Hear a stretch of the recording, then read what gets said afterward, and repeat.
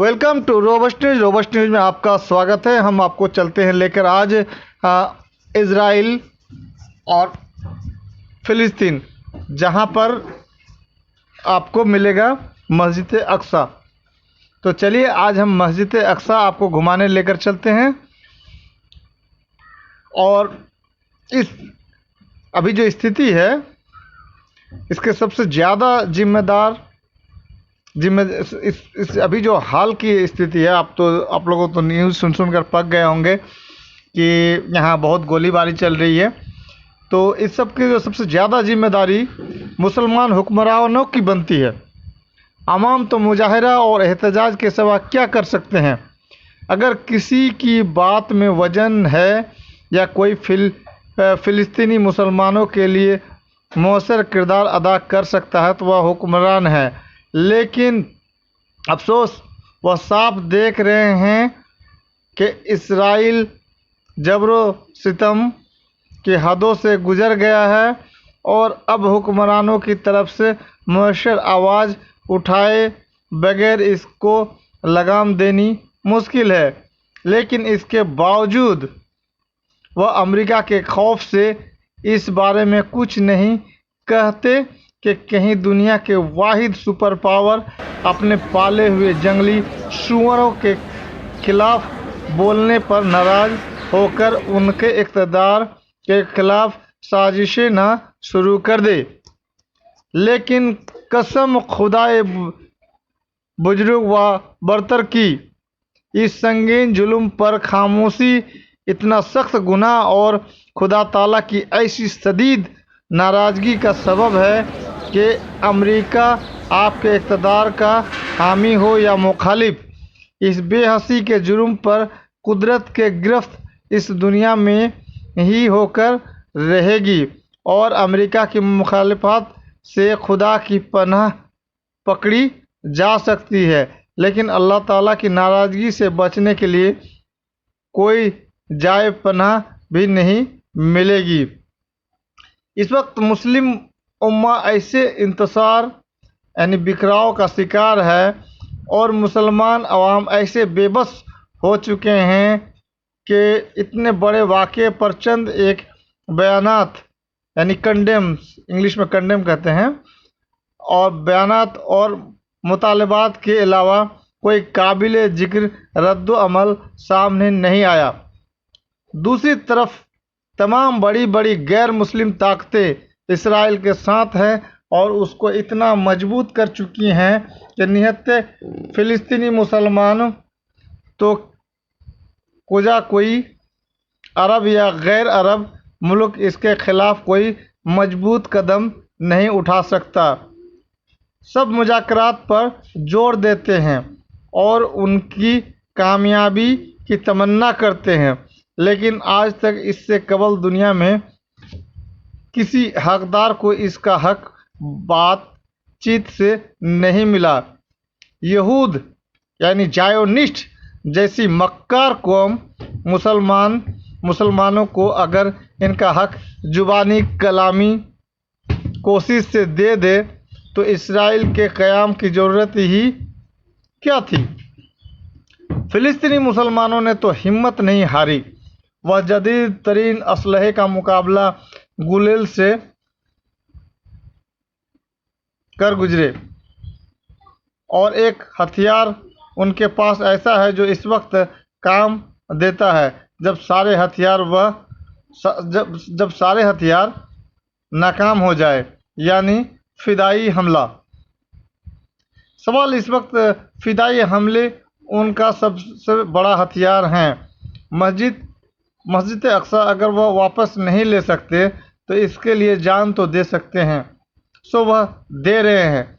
लेकिन फ़िलिस्तीन से बाहर दुनिया भर के मुसलमानों के लिए सोचने का मुकाम यह है कि सूरत हाल यही रही तो अंजाम गुलिस्ता क्या होगा।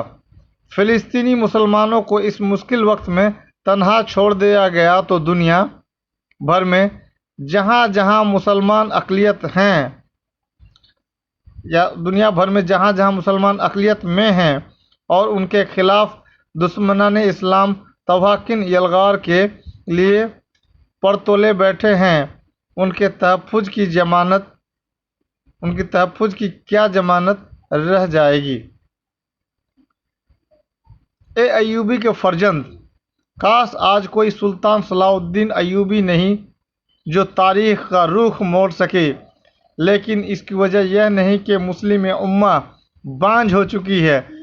आज भी सुल्तान सलाहुद्दीन अय्यूबी के जानशीन पैदा हो सकते हैं, लेकिन इसके लिए ज़रूरी है कि मुस्लिम नौजवानों में लहू लाभ को रिवाज देने की बजाय मकासद आलिया के हसूल की फ़िक्र पैदा की जाए। उन्हें फस्क व फजूर के रुझानात से बचाकर जिहाद के ज़ौक़ और शहादत के शौक़ से आशना किया जाए। इनमें फहाशी व बेराह रुई के जरासीम की फैलाव की रोकथाम करके ऐशार व तक़वा का जोहर पैदा किया जाए। बाखुदा आज अय्यूबी के कितने फर्जंद हैं जो इसके जानशीन बन सकते हैं, लेकिन इन्हें मुर्दार दुनिया का तालिब और ऐश परस्ती का दिलदाह बना दिया गया है। कितने ही मुस्लिम नौजवान ऐसे हैं जो अपने वक्त और सलाहियतों को सही मशरूफ़ में इस्तेमाल करें तो मस्जिद अक्सा की जन्नत गुमगश्ता मुसलमानों को वापस दिला सकते हैं, लेकिन इन्हें इज्जत व शहादत के रास्ते से हटाकर बेमकसद खेल तफरी और फजूल मशगूलियात में लगा दिया गया है। ए अय्यूबी के फर्जंद, अपने मकाम और जिम्मेदारियों को पहचानो। मस्जिद अक्सा की सोगवार फ़ज़ा से आने वाली सदाओं को सुनो और बदबख्त यहूदी ज़ायनिस्ट को उनके आखिरी अंजाम तक पहुंचाने के लिए कमरबस्ता हो जाओ, वरना जैसे यह दुनिया हम पर तंग कर दी गई है, कल कब्र भी ऐसी तंग न हो जाए कि ज़मीन हमारे लाशों को कबूल करने से इनकार कर दे। ए मस्जिद अक्सा, तुझे इज्जत बख्शने वाले की कसम, तेरे बेटे तुझे गुजार कराने के लिए जान की बाजी लगा कर रहेंगे। अगर तुझ तक ना पहुंच सके तो तेरे गिर्द अपने खून और जिस्मों से ऐसी बाज ज़रूर तामीर कर देंगे जो तेरे दुश्मनों को तुझ तक न पहुंचने देगी। रोए ज़मीन पर आज सबसे बड़ा जुल्म फ़लस्तीन में हो रहा है, और हमारे मुस्लिम मुल्क जो 57 के 57 हैं, उसमें से लगभग मुल्क के राजा इस स्थिति में पड़ा है कि आपने तो बिल क्लिंटन का हाल सुना होगा कि बिल क्लिंटन और मोनिका लेविस्की का क्या चक्कर हुआ था। तो मोनिका लेविस्की भी एक ज़ायोनिस्ट थी, और ज़ायोनिस्ट होने के वजह से उसने बिल क्लिंटन का इतना बिल बना दिया कि उसको कंगाल कर दिया और राष्ट्रपति के पद से भी उसको हटना पड़ गया। वैसे ही लगभग जितने भी मुस्लिम देश के राजा हैं, उसका कुछ न कुछ पॉइंट जो है ना, वो यहूदी ज़ायोनिस्ट लड़कियां वीडियो बना कर रखी हुई है। अगर कोई कुछ बोलना भी चाहता है तो उसे डर दिखा दिया जाता है कि भाई तेरा वीडियो अब लीक कर देंगे। तो इस वजह से जो मुस्लिम ममालिक के राजा हैं, इन लोगों का सिट्टी पिट्टी गुम है। उनके पास ताकत रहते हुए भी वो ताकत का इस्तेमाल नहीं कर पा रहा है, क्योंकि उसकी काली करतूत की वीडियो इन ज़ायोनिस्ट लड़कियों के पास है, और जिसके नतीजे ये हैं कि आज मस्जिद अक्सा को एक बार नहीं 100 बार तोड़ने की कोशिश हो रही है, लेकिन ये मुस्लिम देश के राजा, राष्ट्रपति, प्रधानमंत्री कुछ नहीं कहते, क्योंकि ये अय्याशी में मस्त हैं। और अगर वो कुछ बोलना चाहें तो ये सुंदरिया उन्हें जीने नहीं देगा, उसे अपना कुर्सी से हाथ धोना पड़ेगा। तो ये लोग सिर्फ स्कैंडल की वीडियो ही नहीं बनाते हैं, ये मस्ती की वीडियो भी के फीस तो लेते ही हैं, साथ में ही ये इसका वीडियो बना कर रख लेता है, जो कि बाद में इन्हें काम में आता है।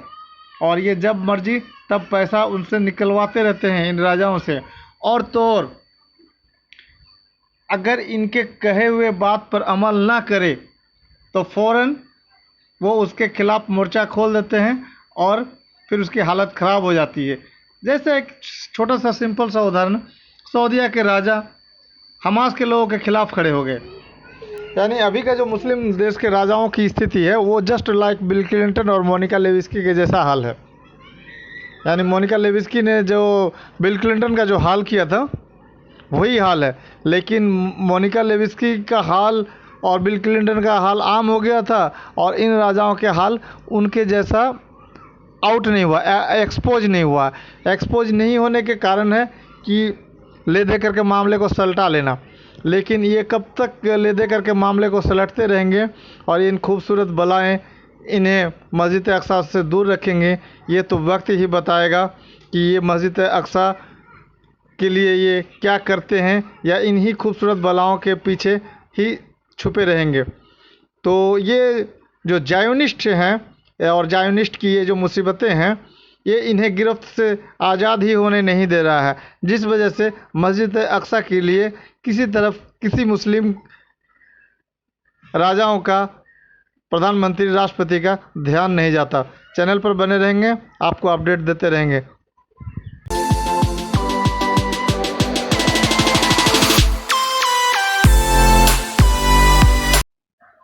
तबाह होकर भी तबाही नहीं दिखती, ये अंधभक्ति है जनाब, इसकी दवाई नहीं बिकती।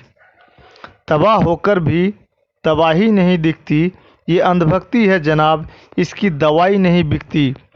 Destruction does not look devastated, this is blind faith, it's medicine is not salt. Destruction does not look devastated,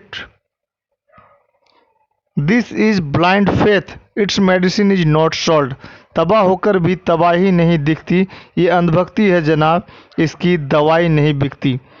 तो बने रहेंगे चैनल पर, हम सीधा लेते चलते हैं आपको मस्जिद अक्सा। रोए ज़मीन पर आज सबसे बड़ा जुल्म फ़िलिस्तीन में हो रहा है। फ़िलिस्तीन में सदियों से आबाद अरब बासिंदों को बेवतन कर दिया गया है। एक साजिश के तहत दुनिया भर से यहूदियों को लाकर वहां बसाया गया और इसराइल की नाजायज ममलिकत कायम करके अरबों पर जुल्म और सितम के पहाड़ तोड़ दिए गए हैं। फ़िलिस्तीन पर अरबों का हक साबित करने के लिए मैं कुछ तारीखी हैसियत रखते हैं उस पर आप नज़र दौड़ाएंगे। जो आलम इस्लाम के नामुर शफूस सऊदी अरब के फर्मा बरदार शाह फैसल मरहूम ने एक बैनुल अक़वामी सेमिनार में की थी। चलिए चंद बातें आप उन्हें सुन लेंगे। यहूदी फ़िलिस्तीन के असल बासिंदे नहीं हैं। पहला, यहूदी फ़िलिस्तीन के असल बासिंदे नहीं हैं। दूसरा, यहूदी दरअसल बैरूनी हमलावर थे जो फ़िलिस्तीन पर ताकत से मसल्लत होने के बाद कुछ अरसा फ़िलिस्तीन में रहे और उसके बाद निकाल दिए गए। तीसरा, फ़िलिस्तीन में उनकी मौजूदगी का अरसा निहायत मुख्तसर था। चौथा, फ़िलिस्तीन में हज़रत सुलेमान अलैहिस्सलाम के ज़माने से लेकर अब तक कभी खालिश यहूदी हुकूमत कायम नहीं हुई। फ़िलिस्तीन में यहूदियों की कभी अक्सरियत नहीं रही। जब फ़िलिस्तीन से यहूदियों को निकाल दिया गया तो उसमें सिर्फ उसके असल बासिंदे ही रह गए जो शुरू से लेकर आज तक वहीं रह रहे हैं। 1600 साल के तवील मुद्दत के दौरान फ़िलिस्तीन में कभी कोई यहूदी आबाद नहीं रहा।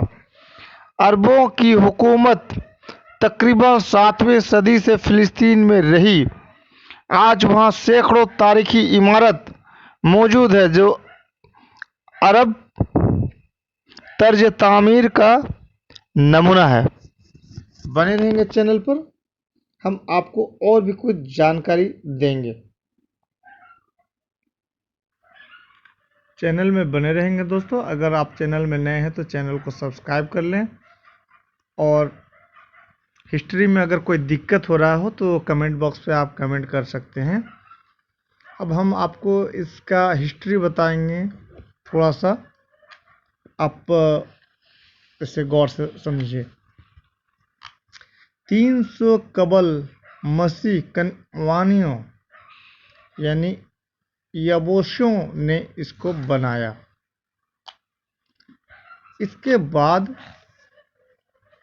1850 कबल मसीह हजरत इब्राहिम अलैहिस्सलाम यहाँ आए और यहाँ के बादशाह से मिले। इसके बाद 970 से 931 कबल मसीह अल-कुद्दुस पर हजरत सुलेमान अलैहिस्सलाम की हुकूमत रही। 587 कबल मसीह बख्त नसर के हाथों यह तबाह कर दिया गया और यहाँ के यहूदी कैदी बना लिए गए। इसके बाद 135 में रोमी बादशाह रेयान ने यहाँ से यहूदियों को यानी जायोनिस्ट को निकाल बाहर किया। 400 से 636 में अल-कुद्दुस बज नतीनी इस्तेमार के जेर निगाह रहा। 1500 हिजरी से 636 ईस्वी में मुसलमानों ने मक्का के यरमौक के बाद इन इलाकों को आज़ाद कराया। इसके बाद आपको बताएंगे 17 हिजरी 638 में 300 सहाबा ने इसे फतह किया और यहाँ के पादरी सफ़र वेनुसी ने शहर की चाबियाँ उमर बिन खिताब रज़ी अल्लाहु अन्हा के हवाले किए और मुआहदा किया। 493 हिजरी से 1099 में सल्पियों ने यहाँ पर कब्जा किया।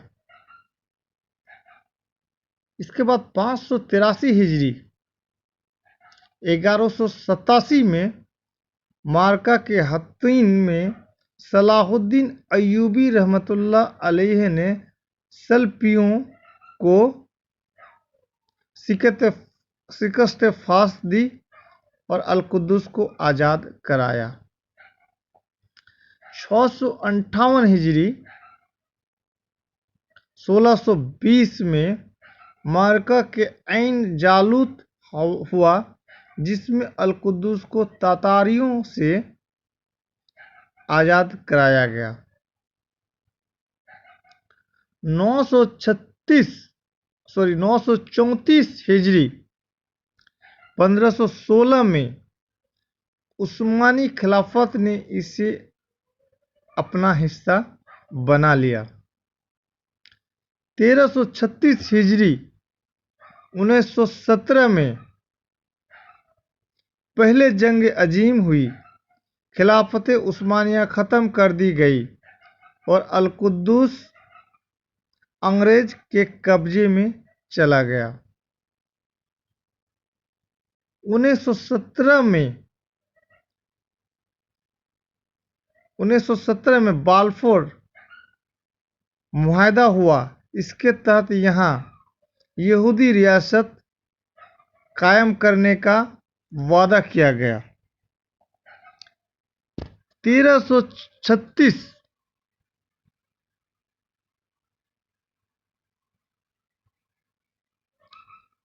1368 हिजरी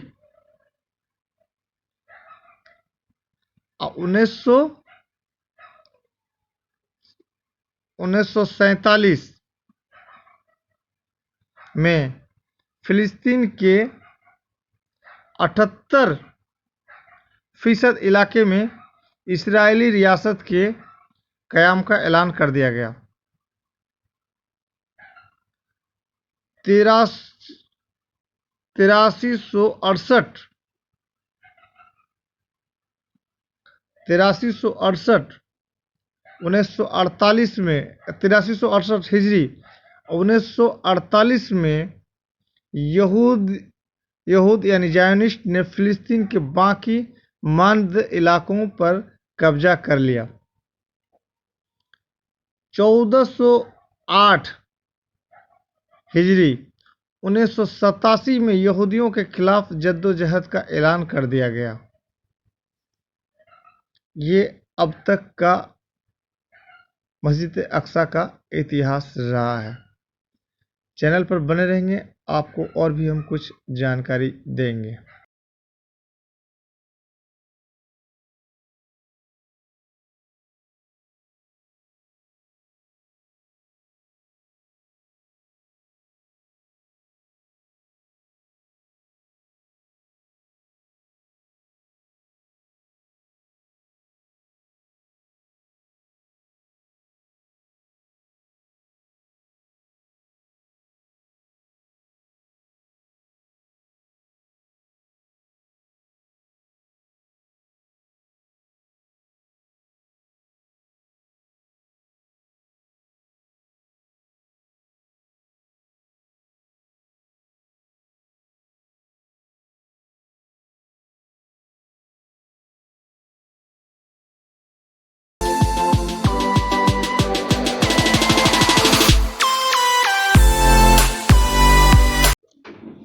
welcome to robust news. Robust news में आपका स्वागत है। आज हम पूरे टीम के साथ चल रहे हैं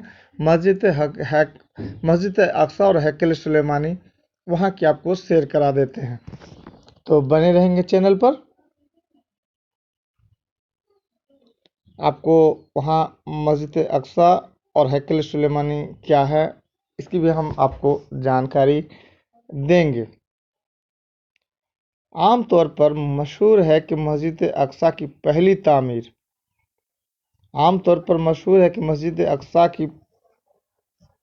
तामीर हज़रत दाऊद हज़रत सुलेमान अलैहिस्सलाम ने की, लेकिन यह बात सही नहीं। बुखारी शरीफ में हज़रत अबू जर रज़ियल्लाहु अन्हा की सही रिवायत मौजूद है कि बैतुल मुक़द्दस और मस्जिद अक्सा की तामीर में 40 साल का फासला है, और बैतुल्लाह की तामीर इब्तिदाई आफरीन में हज़रत आदम अलैहिस्सलाम ने बाहुक्म इलाही की थी।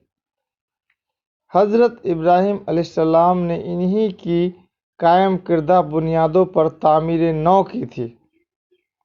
इस हिसाब से बैतुल मुक़द्दस की अव्वलीन तामीर सैयदना हज़रत दाऊद और हज़रत सुलेमान अलैहिस्सलाम से बहुत अरसा कबल हो चुकी थी। इस तरह यहूदियों का यह दावा यानी जायोनिस्टों का यह दावा ही सिरे से बातिल हो जाता है कि यहाँ हज़रत सुलेमान अलैहिस्सलाम ने सबसे पहले हैकल यानी इबादत गाह तामीर की थी। अलबत्ता यह ज़रूर है कि इसकी तामीर नौ हज़रत सुलेमान अलैहिस्सलाम ने की है, लेकिन हज़रत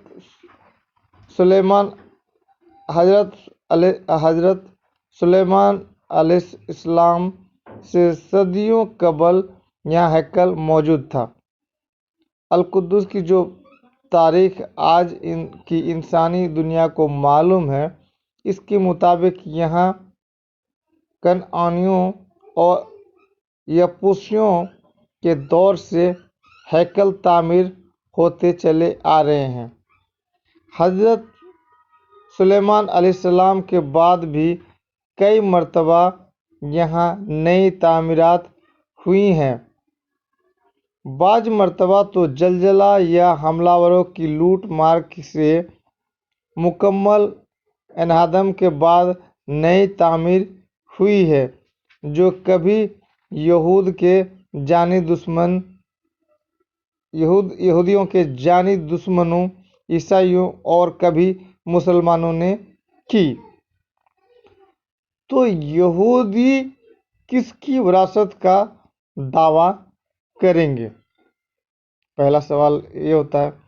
एक तवील अरसा तो यहाँ ऐसा गुजरा कि यहाँ तबाहशुदा मलबे के अलावा कुछ न था।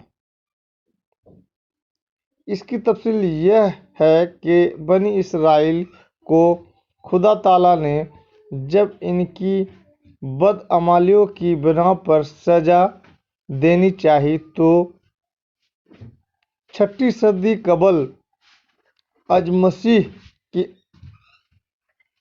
अवाविल में बाबुल के हुक्मरान बख्त नसर ने यरूशलेम को फतह करके पेवंद जमीन कर दिया और यहूदियों की मजहबी सहीफे नजर आतिश करके 1 लाख यहूदियों को कैद करके बाबुल ले गया। सूरा बनी इसराइल के शुरू में इस वाक़ये के तरफ इशारा मौजूद है। यहूद के अजाब इलाही में गिरफ्तार रहने के इस ज़माने में तकरीबन 1.5 सदी तक यहाँ सिवाय वीरानी के और कुछ न था। इसके बाद अहले मिस्र, फारसियों और रोमियों की हुकूमतों ने मुख्तलिफ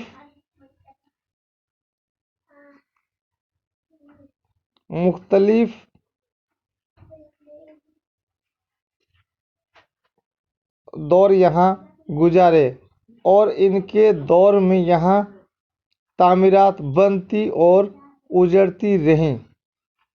मुख्तलिफ अक़वाम की हुकूमतों की इस तवील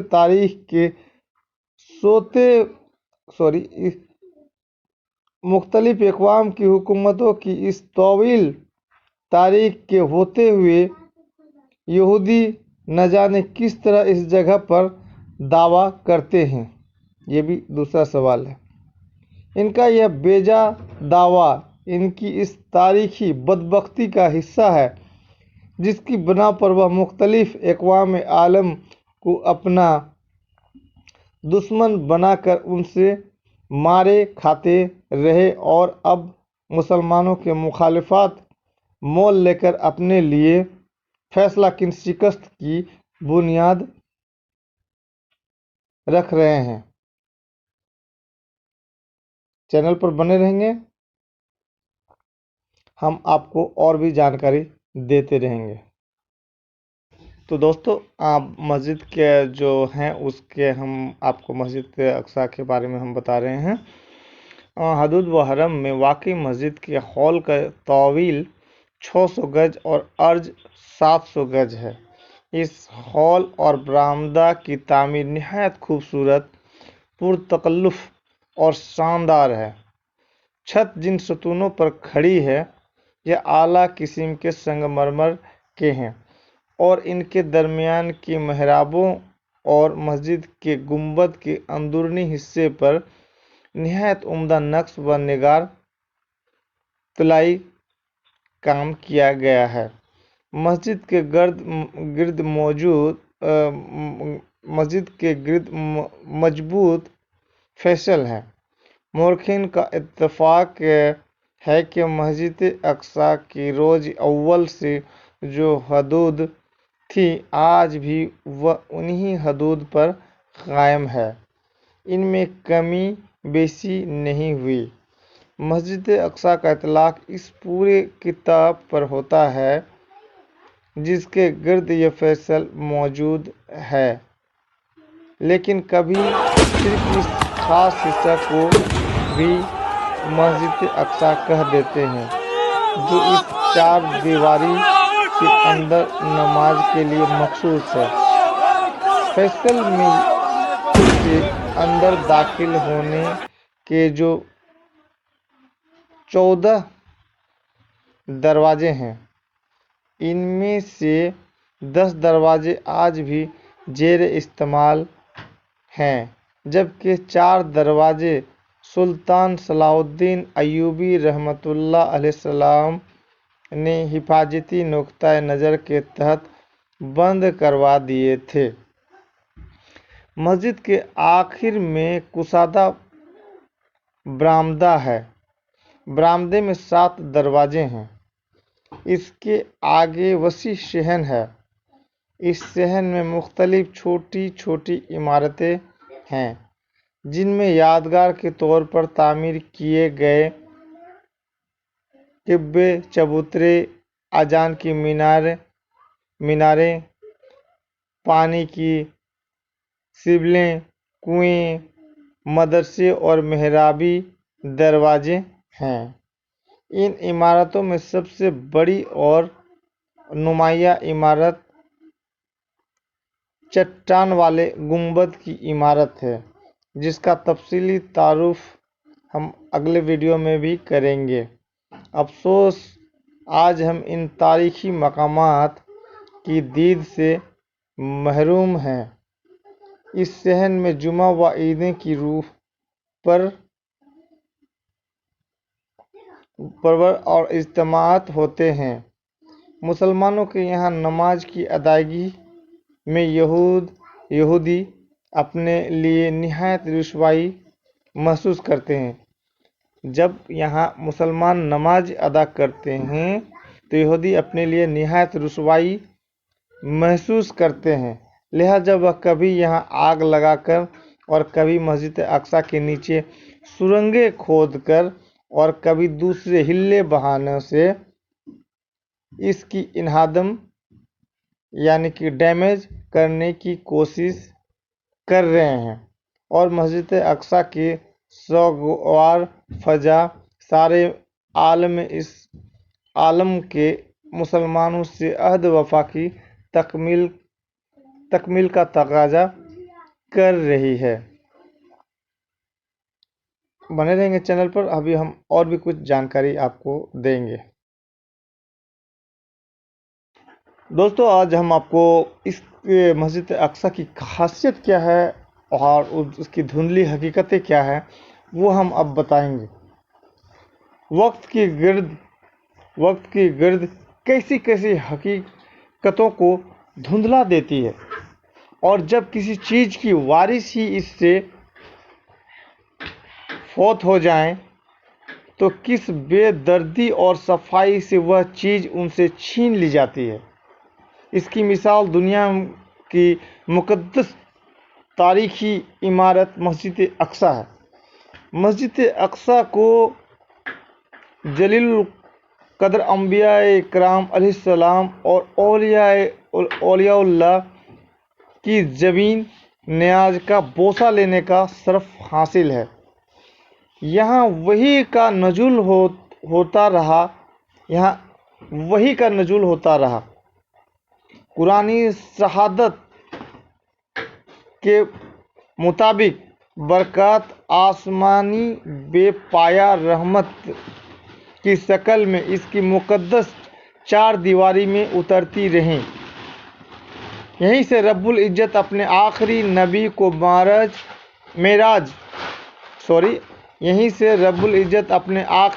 को मेराज पर ले गए। यह मुसलमानों का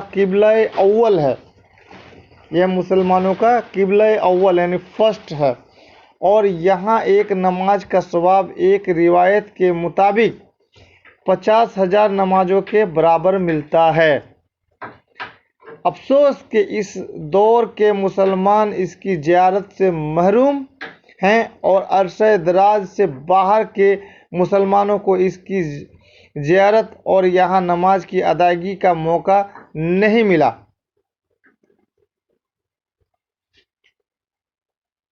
शहर मस्जिद अक्सा की मुख्तसर तारीख़ तारुफ और यहूदियों के इसके मुतल्लिक़ बातिल दावा की तरदीद पेश की जाती है। शायद किसी साहब ईमान के दिल में इस जुल्म के खात्मे के लिए चिंगारी पैदा कर दे जो यहूद ज़ायोनिस्ट यहूदी ने बरपा रखा है। हमारी उर्दू ट्रांसलेट करने में थोड़ा सा कमज़ोर है। चैनल पर बने रहेंगे और कमेंट में अपनी राय देंगे। आपका दिन शुभ रहे। Thanks audience, thanks listener.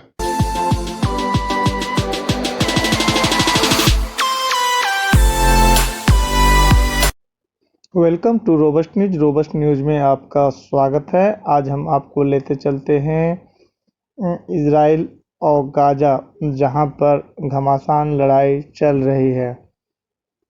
रविवार आज 10 दिन होने जा रहा है। रविवार को इजराइल ने गाज़ा में पिछले एक हफ्ते यानी 8-9 दिन से सबसे अधिक हमला किया, जिसमें अब तक हज़ारों बच्चों की जानें चली गई और हज़ारों फ़िलिस्तीनी नागरिक लापता हो गए या मार दिए गए। इजराइल के प्रधानमंत्री बेंजामिन नेतन्याहू ने शनिवार शाम को कहा कि जब तक ज़रूरत पड़ेगी तब तक यह अभियान जारी रहेगा। इजराइल ने गाज़ा पट्टी में हवाई हमले जारी रखते हुए गाज़ा पट्टी पर नियंत्रण रखने वाले संगठन हमास के एक वरिष्ठ नेता के घर पर बमबारी की, एक शरणार्थी शिविर पर हमला किया और एक बहुमंजिला इमारत को ध्वस्त कर दिया। एक अलजला नाम का बिल्डिंग को गिरा दिया गया, जिसमें समाचार agency the associated press AP, Qatar की न्यूज़ एजेंसी अल जजीरा और अन्य मीडिया संस्थानों के कार्यालय थे। और ये डायरेक्ट ये इजरायली फोर्सेस के करतूत को डायरेक्ट ब्रॉडकास्ट कर रहे थे, दिखा रहे थे, जिस वजह से सच्चाई सामने न चले जाए, पब्लिक का लोगों के पास सामने ना चले जाए, इसलिए इन बिल्डिंग पर हमला करके इसको अल जजीरा को बिल्डिंग का नाम अल जला है और न्यूज़ का नाम आप क्लियर कर देते हैं कि न्यूज़ का नाम है अल जजीरा। आप यूट्यूब पे सर्च करेंगे तो आपको मिल जाएगा। तो अल जजीरा का जो ऑफिस था, और भी कई ऑफिस थे, चूँकि वो 11 मंजिला बिल्डिंग है, कोई एक 12 मंजिला कहता है, कोई 11 मंजिला कहता है, लेकिन जो टॉप फ्लोर था वो थोड़ा सा छोटा है। और जो जैसे हमारे इंडिया में अगर 5 मंजिला होता है तो ऊपर थोड़ा सा और रूम बना के रखता है, उसी तरह से वो है एक्चुअल में 11 मंजिला, लेकिन थोड़ा सा और रूम बना हुआ है। आप उसको 12 मंजिला भी कह सकते हैं, 11 मंजिला भी कह सकते हैं। तो ये बिल्डिंग है, बिल्डिंग का नाम है अल जला, और जिसमें जो न्यूज़ ऑफिस था उसका नाम है अल जजीरा, और कई तरह के और भी चैनल वगैरह के ऑफिस थे जो न्यूज़ वगैरह ब्रॉडकास्ट कर रहा था, और वो सच्चाई को डायरेक्ट दिखा रहा था लोगों को, दुनिया को।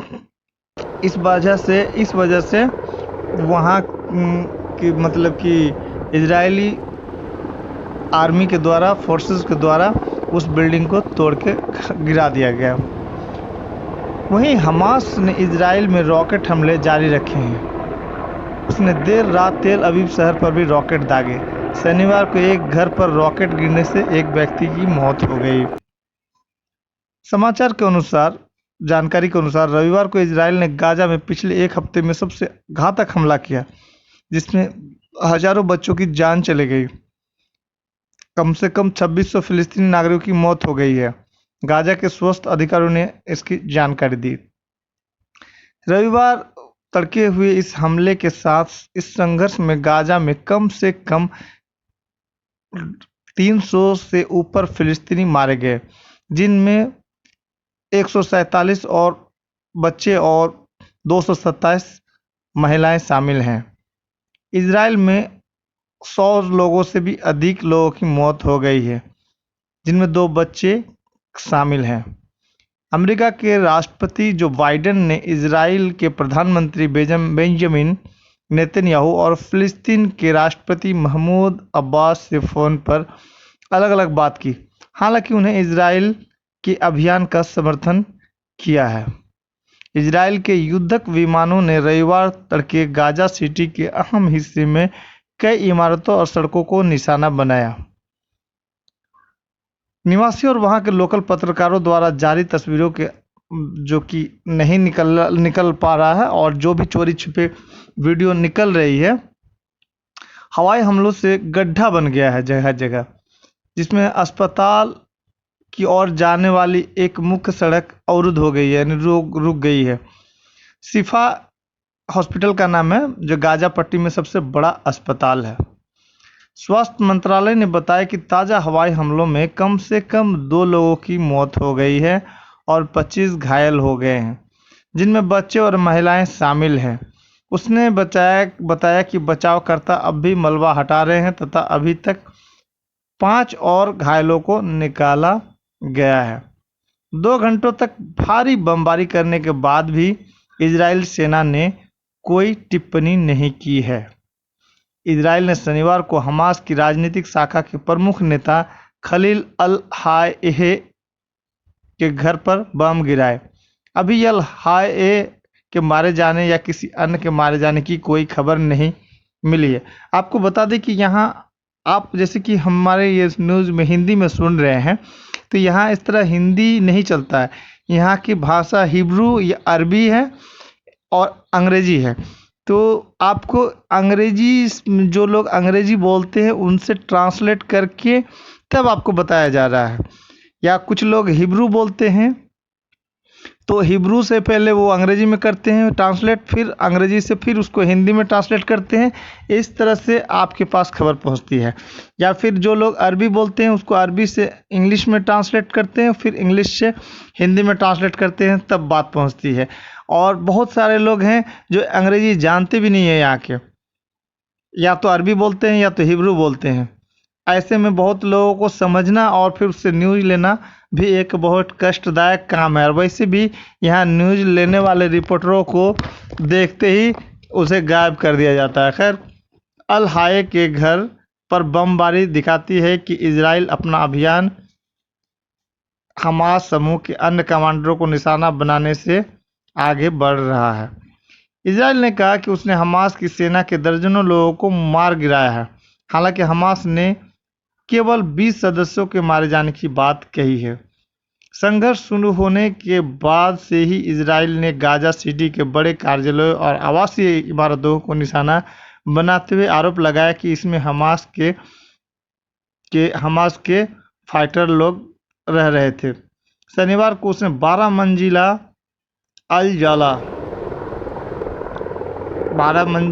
शनिवार के दिन 12 मंजिला अल जला यानी कि वो अल जजीरा के जो बिल्डिंग है उसको गिरा दिया, जहां समाचार एजेंसी एपी, टीवी नेटवर्क, अल जजीरा और अन्य मीडिया संस्थान के कार्यालय स्थित थे। नेतन्याहू ने शनिवार शाम को टेलीविज़न पर दिए भाषण में कहा, जब तक ज़रूरत पड़ेगी तब तक यह अभियान जारी रहेगा। उन्होंने आरोप लगाया कि हमास की सैन्य खुफिया इकाई इस इमारत में काम कर रही थी। अपने बचाव में इसने इस तरह का बात बोला, लेकिन हकीकत यह है कि अल जजीरा और सब न्यूज़ वाले सीधा इजराइल की कार्रवाई को ब्रॉडकास्ट कर रहे थे कि वो किस तरह से हमास के फाइटरों से तो लड़ नहीं पा रहे हैं, लेकिन वहाँ के जो भोली भाली जनता है उस पर बम गिरा रहे हैं। तो अब देखिए आगे कितने, जो इंटरसेप्टर मशीन की बात हो रही है, तो वो इंटरसेप्टर मशीन से एक एक जो रॉकेट आ रहे हैं उसको रोकने में इजराइल को 1 करोड़ के आसपास इंडियन करेंसी में खर्च आ रहा है। और जबकि इजराइल जो हमास के फाइटर लोग हैं, इन लोग जो कि रॉकेट फेंक रहे हैं, तो इसको $200 से $300 के हिसाब से आ रहा है। तो आप इंडियन करेंसी में आप ऐसे कर सकते हैं, 300-400 ही डॉलर मान लीजिए, तो 400 गुना 80 यानी कि कि आप इतना समझ लीजिए 400 गुना 80 यानी 32,000, यानी इसको 32,000 खर्चा आ रहा है एक रॉकेट फेंकने में हमास को, और इजराइल को उसे रोकने में 1 करोड़ खर्चा आ रहा है। और हमास के लोगों का कहना है कि हम तो अभी ये लड़ाई को 20 साल तक लड़ सकते हैं। यानी कि जिस तरह अमेरिका अफगानिस्तान में था तो 20 साल तक लड़ने के बाद अमेरिका अपनी दुम और सिट्टी पिट्टी बांध कर भाग रहा है, वैसे ही हाल अब यहाँ है। अब हमास के जो अंदर की बात है, जो इसके जो कह रहे हैं यहाँ के जनता या हमास के लोग जो कह रहे हैं कि हमें 20 साल तक लड़ने की कैपेसिटी है। तो अब देखिए ये लड़ाई कहाँ तक चलता है। चलिए हम आगे आपको बता रहे हैं। इजराइल आवासीय इमारतों समेत कई स्थानों पर हवाई हमलों के पीछे हमास की मौजूदगी की वजह बताता है। सेना ने इस उग्रवादी समूह पर पत्रकारों को मानव ढाल की तरह इस्तेमाल करने का आरोप भी लगाया, लेकिन इस संबंध में कोई सबूत नहीं दिया। एपी का कार्यालय इस इमारत में पिछले 15 वर्षों से था, यानी कि इजराइल और हमास के बीच पहले के 3 युद्धों के दौरान भी उसने इसी इमारत से काम किया, लेकिन कभी उसे सीधे निशाना नहीं बनाया गया। मीडिया संस्थानों के कार्यालय जिस इमारत में थे उस पर दोपहर को हुए हमले से पहले इजरायली सेना ने इमारत के मालिक को फोन कर इसे निशाना बनाए जाने की चेतावनी भी दी थी। इसके बाद एपी के कर्मचारी एवं अन्य लोगों ने तत्काल इमारत को खाली किया। समाचार संगठनों ने इजरायल के इस हवाई हमले के लिए स्पष्टीकरण देने की मांग की। एपी के अध्यक्ष और मुख्य कार्यकारी अधिकारी गैरी प्रुइट ने एक बयान में कहा, आज जो भी हुआ इसके कारण गाजा में जो भी हो रहा उसके बारे में दुनिया ज़्यादा नहीं जान पाएगी। उन्होंने कहा कि अमेरिकी एक समाचार एजेंसी इजरायली सरकार से जानकारी ले रही है और तथा उसके बारे में और अधिक जानने के लिए अमेरिका के विदेश विभाग के साथ बातचीत कर रही है। अल जजीरा मीडिया नेटवर्क के कार्यवाहक महानिदेशक मुस्तफ़ा शुआग ने इस हमले को युद्ध अपराध बताया, जिसका मकसद मीडिया को चुप कराना और गाजा के लोगों की पीड़ा को छुपाना है। इसके बाद व्हाइट हाउस की प्रेस सचिव जेन साकी ने ट्वीट किया कि अमेरिका ने इजरायलियों को साफ तौर पर बता दिया है कि पत्रकारों तथा स्वतंत्र मीडिया की सुरक्षा सुनिश्चित करना सर्वोच्च प्राथमिकता है।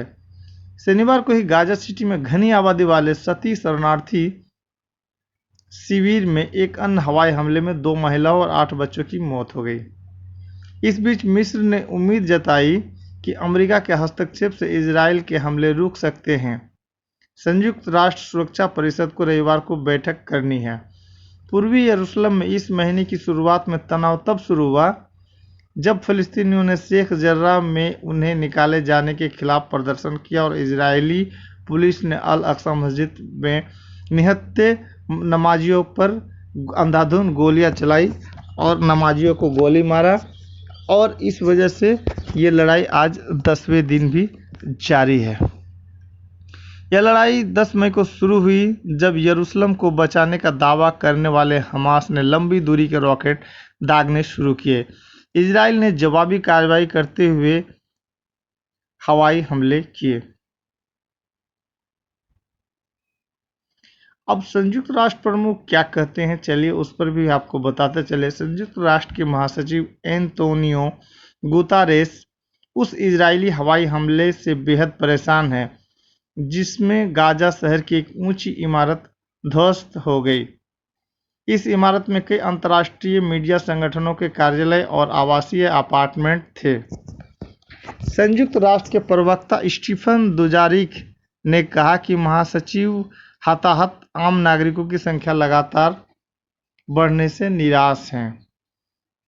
प्रवक्ता ने शनिवार को कहा, महासचिव ने सभी पक्षों को याद दिलाया है कि असंख्य नागरिकों और मीडिया संगठनों को अंधाधुंध निशाना बनाया जाना अंतर्राष्ट्रीय कानून का उल्लंघन है और हर कीमत पर इसे रोकना चाहिए।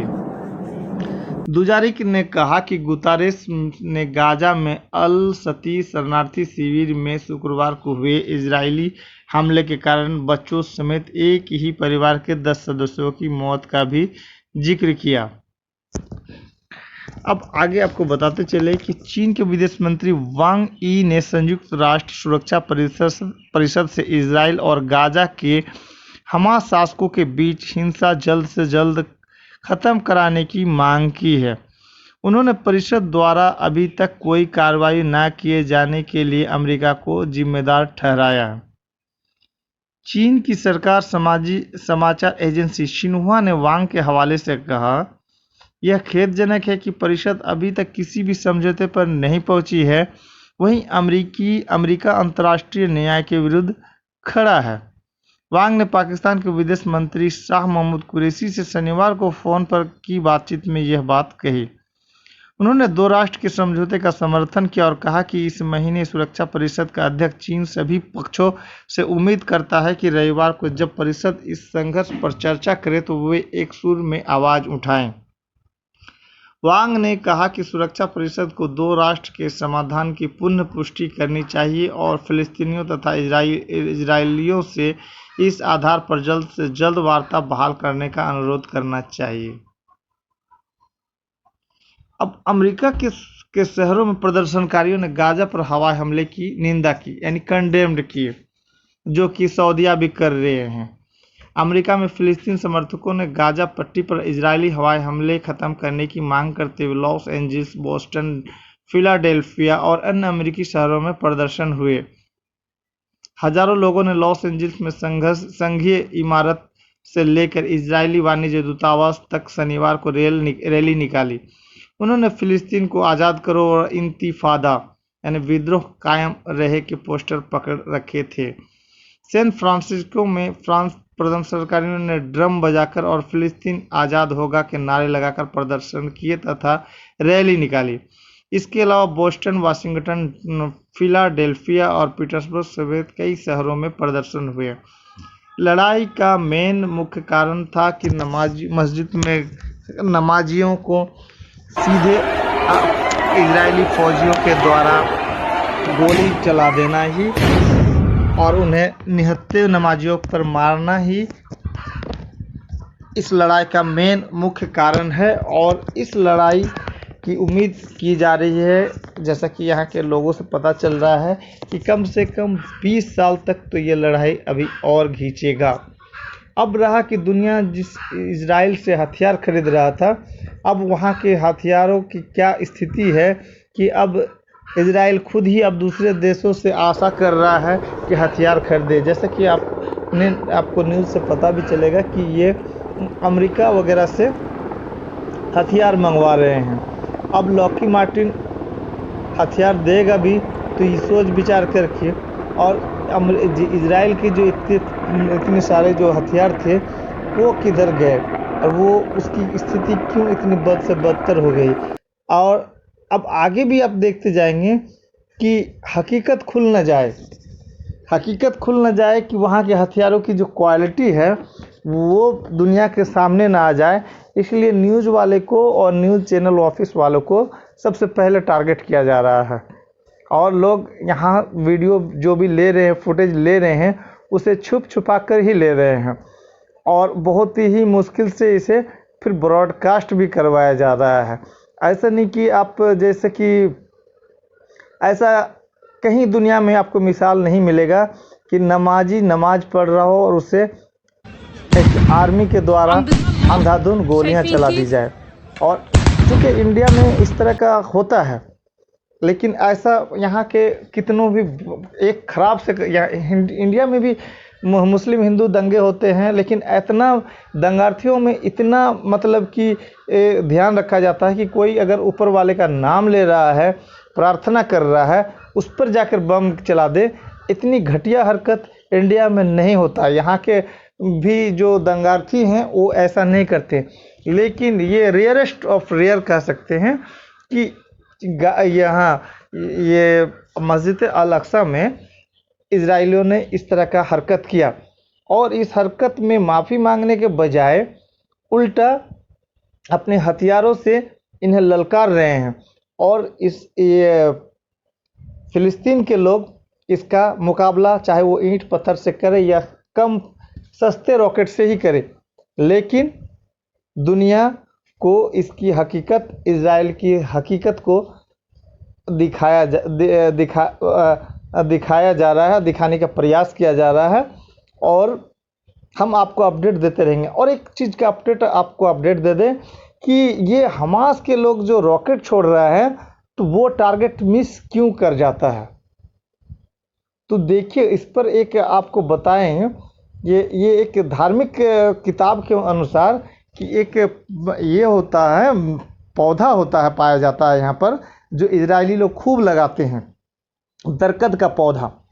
ये दरकत का जो पेड़ होता है, इसके नीचे जो इजरायली फौज छुप जाता है तो वो रॉकेट जो फेंका जाता है इसके तरफ से, हमास की तरफ से और फिलिस्तीनियों की तरफ से, तो जब ये बरगद के पेड़ के नीचे छुप जाता है तो वो उसे मिस कर देता है, ये टारगेट को मिस कर देता है और वो पेड़ में लगने के बजाय कहीं और निशाना चूक जाता है, कहीं और जाके लग जाता है।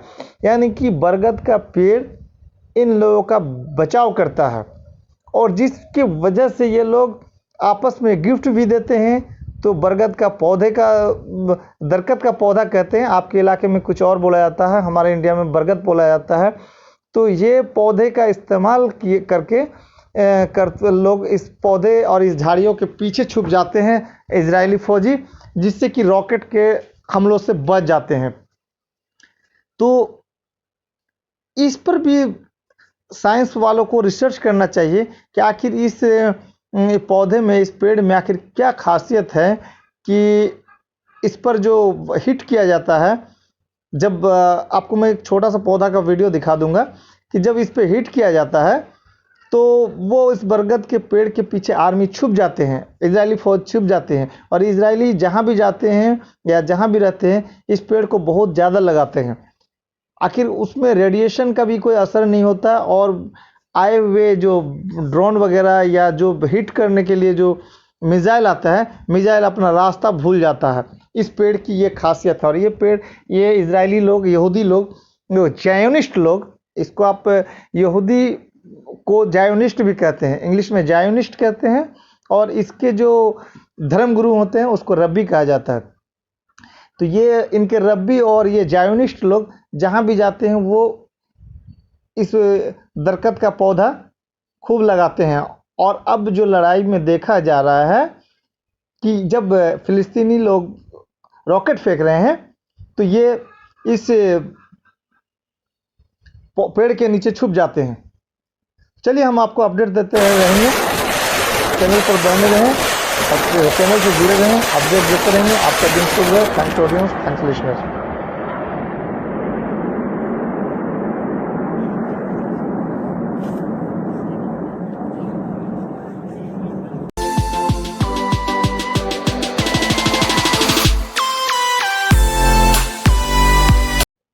Welcome to robust news. Robust news में आपका स्वागत है। आज हम आपको लेते चलते हैं इजराइल और गाजा, जहां पर घमासान लड़ाई चल रही है।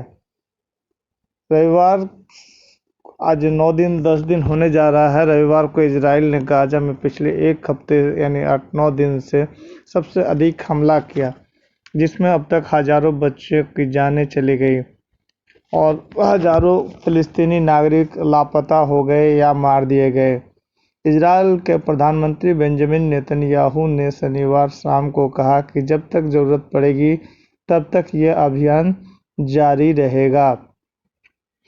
इजराइल ने गाजा पट्टी में हवाई हमले जारी रखते हुए गाजा पट्टी पर नियंत्रण रखने वाले संगठन हमास के एक वरिष्ठ नेता के घर पर बमबारी की, एक शरणार्थी शिविर पर हमला किया और एक बहुमंजिला इमारत को ध्वस्त कर दिया। एक अलजला नाम का बिल्डिंग को गिरा दिया गया, जिसमें समाचार agency the associated press, AP, Qatar की न्यूज़ एजेंसी अल जजीरा और अन्य मीडिया संस्थानों के कार्यालय थे और ये डायरेक्ट ये इजरायली फोर्सेस के करतूत को डायरेक्ट ब्रॉडकास्ट कर रहे थे, दिखा रहे थे, जिस वजह से सच्चाई सामने न चले जाए, पब्लिक का लोगों के पास सामने ना चले जाए, इसलिए इन बिल्डिंग पर हमला करके इसको अल जजीरा को बिल्डिंग का नाम अल जला है और न्यूज़ का नाम आप क्लियर कर देते हैं कि न्यूज़ का नाम है अल जजीरा। आप यूट्यूब पे सर्च करेंगे तो आपको मिल जाएगा। तो अल जजीरा का जो ऑफिस था, और भी कई ऑफिस थे, चूँकि वो 11 मंजिला बिल्डिंग है, कोई एक 12 मंजिला कहता है, कोई 11 मंजिला कहता है, लेकिन जो टॉप फ्लोर था वो थोड़ा सा छोटा है। और जो जैसे हमारे इंडिया में अगर 5 मंजिला होता है तो ऊपर थोड़ा सा और रूम बना के रखता है, उसी तरह से वो है एक्चुअल में 11 मंजिला, लेकिन थोड़ा सा और रूम बना हुआ है। आप उसको 12 मंजिला भी कह सकते हैं, 11 मंजिला भी कह सकते हैं। तो ये बिल्डिंग है, बिल्डिंग का नाम है अल जला, और जिसमें जो न्यूज़ ऑफिस था उसका नाम है अल जजीरा, और कई तरह के और भी चैनल वगैरह का ऑफिस थे जो न्यूज़ वगैरह ब्रॉडकास्ट कर रहा था, और वो सच्चाई को डायरेक्ट दिखा रहा था लोगों को, दुनिया को। इस वजह से वहाँ की मतलब कि इजरायली आर्मी के द्वारा, फोर्सेस के द्वारा उस बिल्डिंग को तोड़ के गिरा दिया गया। वहीं हमास ने इजराइल में रॉकेट हमले जारी रखे हैं। उसने देर रात तेल अवीव शहर पर भी रॉकेट दागे। शनिवार को एक घर पर रॉकेट गिरने से एक व्यक्ति की मौत हो गई।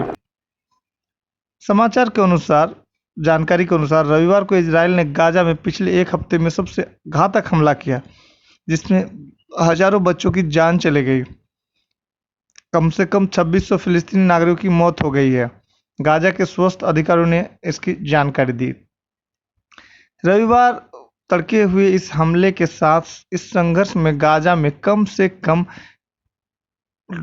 300 से ऊपर फिलिस्तीनी मारे गए, जिनमें 147 और बच्चे और 227 महिलाएं शामिल हैं। इजराइल में 100 लोगों से भी अधिक लोगों की मौत हो गई है, जिनमें 2 बच्चे शामिल हैं। अमेरिका के राष्ट्रपति जो बाइडेन ने इजराइल के प्रधानमंत्री बेंजामिन नेतन्याहू और फिलिस्तीन के राष्ट्रपति महमूद अब्बास से फ़ोन पर अलग अलग बात की, हालांकि उन्हें इजराइल के अभियान का समर्थन किया है। इजराइल के युद्धक विमानों ने रविवार तड़के गाजा सिटी के अहम हिस्से में कई इमारतों और सड़कों को निशाना बनाया।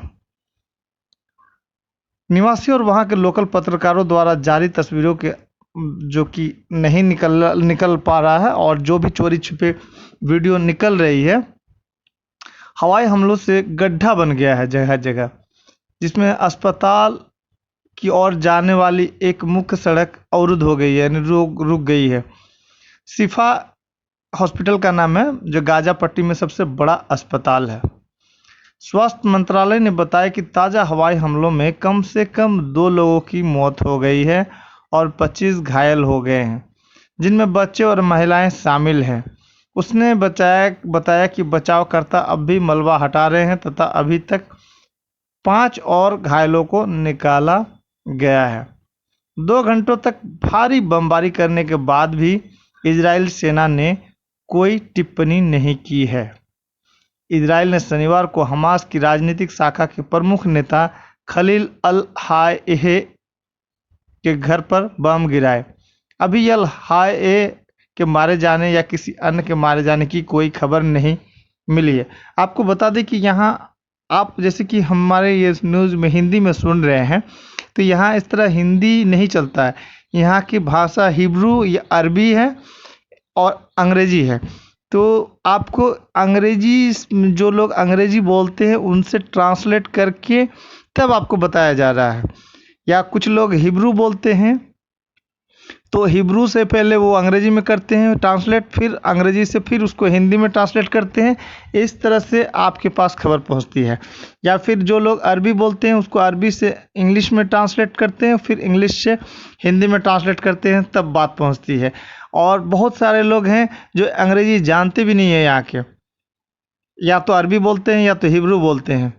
ऐसे में बहुत लोगों को समझना और फिर उससे न्यूज़ लेना भी एक बहुत कष्टदायक काम है। और वैसे भी यहाँ न्यूज़ लेने वाले रिपोर्टरों को देखते ही उसे गायब कर दिया जाता है। खैर, अल हाय के घर पर बमबारी दिखाती है कि इजराइल अपना अभियान हमास समूह के अन्य कमांडरों को निशाना बनाने से आगे बढ़ रहा है।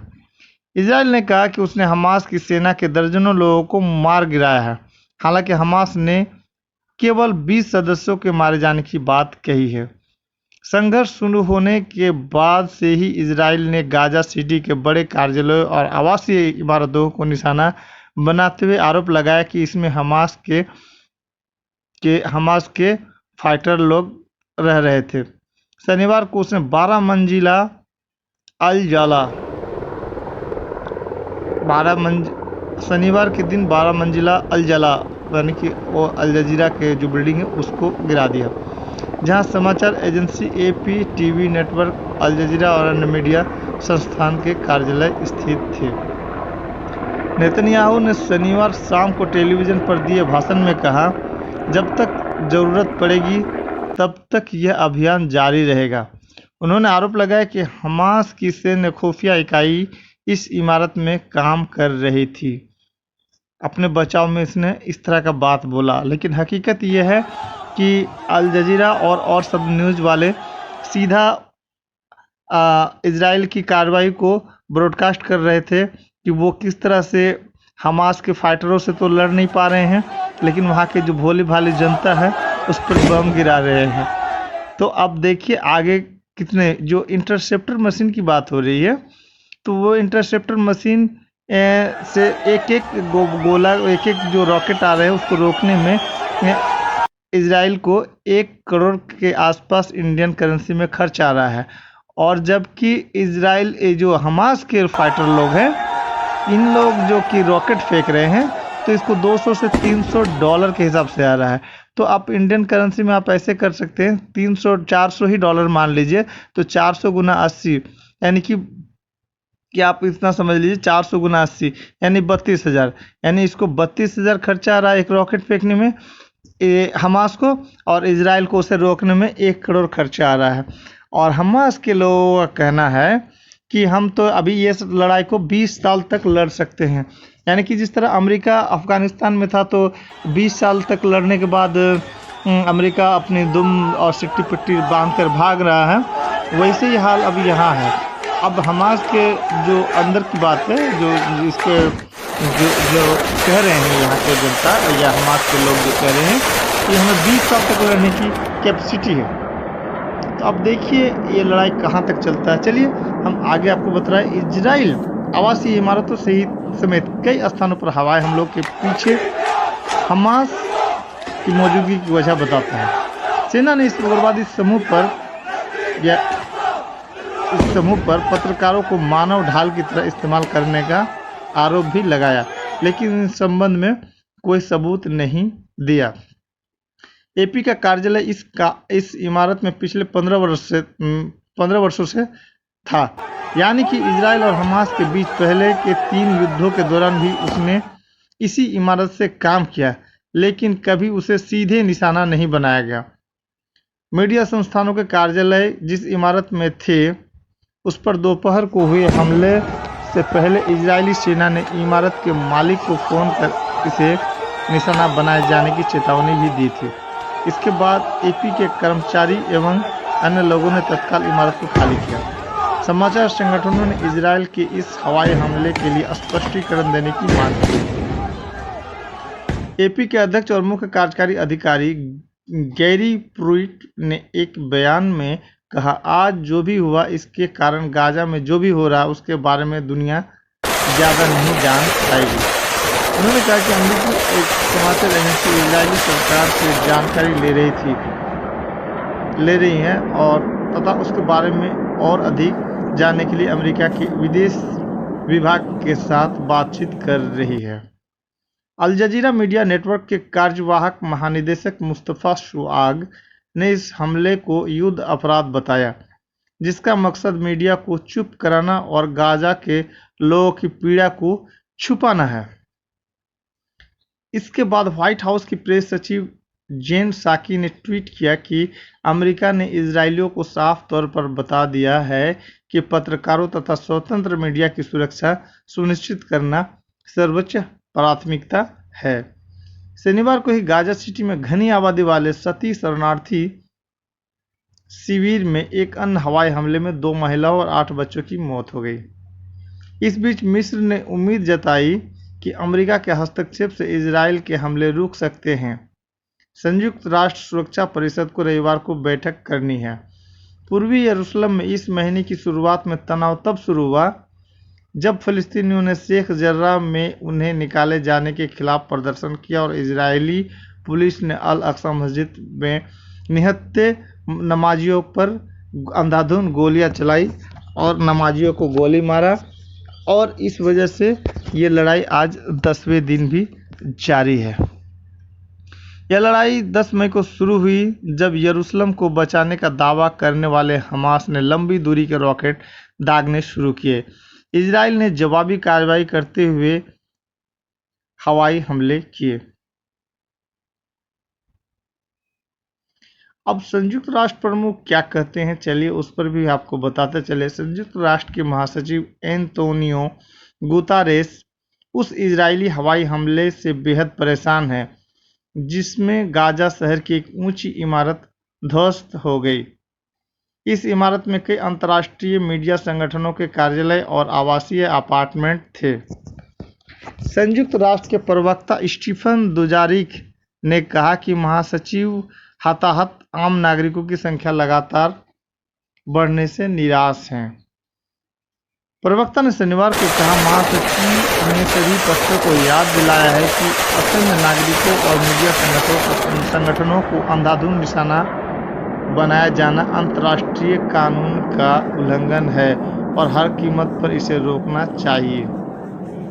दुजारिक ने कहा कि गुतारेस ने गाजा में अल सती शरणार्थी शिविर में शुक्रवार को हुए इजरायली हमले के कारण बच्चों समेत एक ही परिवार के 10 सदस्यों की मौत का भी जिक्र किया। अब आगे आपको बताते चले कि चीन के विदेश मंत्री वांग यी ने संयुक्त राष्ट्र सुरक्षा परिषद से इजरायल और गाजा के हमास शासकों के बीच हिंसा जल्द से जल्द खत्म कराने की मांग की है।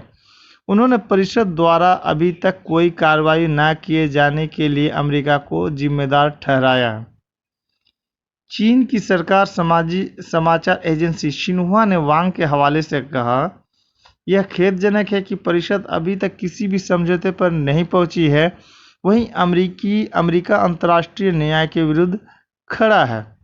वांग ने पाकिस्तान के विदेश मंत्री शाह महमूद कुरैशी से शनिवार को फोन पर की बातचीत में यह बात कही। उन्होंने 2 राष्ट्र के समझौते का समर्थन किया और कहा कि इस महीने सुरक्षा परिषद का अध्यक्ष चीन सभी पक्षों से उम्मीद करता है कि रविवार को जब परिषद इस संघर्ष पर चर्चा करे तो वे एक सुर में आवाज उठाएं। वांग ने कहा कि सुरक्षा परिषद को 2 राष्ट्र के समाधान की पुनः पुष्टि करनी चाहिए और फिलिस्तीनियों तथा इजरायलियों से इस आधार पर जल्द से जल्द वार्ता बहाल करने का अनुरोध करना चाहिए। अब अमेरिका के शहरों में प्रदर्शनकारियों ने गाजा पर हवाई हमले की निंदा की, यानी कंडेम्ड की, जो कि सऊदीया भी कर रहे हैं। अमेरिका में फिलिस्तीन समर्थकों ने गाजा पट्टी पर इजरायली हवाई हमले खत्म करने की मांग करते हुए लॉस एंजल्स, बोस्टन, फिलाडेल्फिया और अन्य अमेरिकी शहरों में प्रदर्शन हुए। हजारों लोगों ने लॉस एंजल्स में संघीय इमारत से लेकर इजरायली वाणिज्य दूतावास तक शनिवार को रैली निकाली। उन्होंने फिलिस्तीन को आज़ाद करो और इंतिफादा यानी विद्रोह कायम रहे के पोस्टर पकड़ रखे थे।